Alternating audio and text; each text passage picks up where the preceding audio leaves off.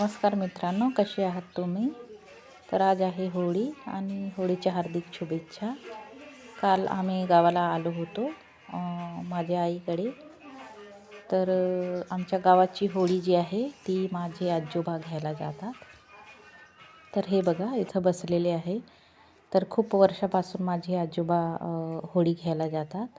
तर आधी माझे पणजोबा घ्यायला जायचे म्हणे, अशी परंपरा आहे. आणि ते आता खूप म्हातारे झाले आहे. पण आधी तर खूप लांबपर्यंत पायी 5-10 किलोमीटरपर्यंत ते होळी पायी घ्यायला जायचे. आणि खूप दुरून दुरून त्यांनी होळी आणली आहे. आणि होळी खेरचे झाड असतं, जे काटे असतात त्याची होळी असते. आणि ते घेऊन येतात आणि उपवास असतो त्यांचा. आणि ते दर सोमवारी उपवास पकडतात.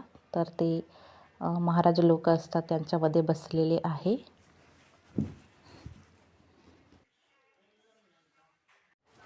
आणि हे सामान आहे होळीला घ्यायला जातात तिथं. पूंजनाचं नारळ, वाटी, खोबरं, गूळ आणि खजूर आणि डाळी, मुरमुरे आणि यांना आडे असं म्हणतात, जे साखरेचे बनवतात.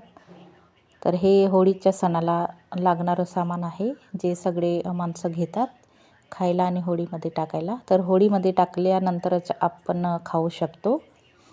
आणि मी होळीचा फुल व्हिडिओ पण बनवला आहे, तर तुम्ही नक्की बघा आम्ही होळी कशी साजरी करतो ते.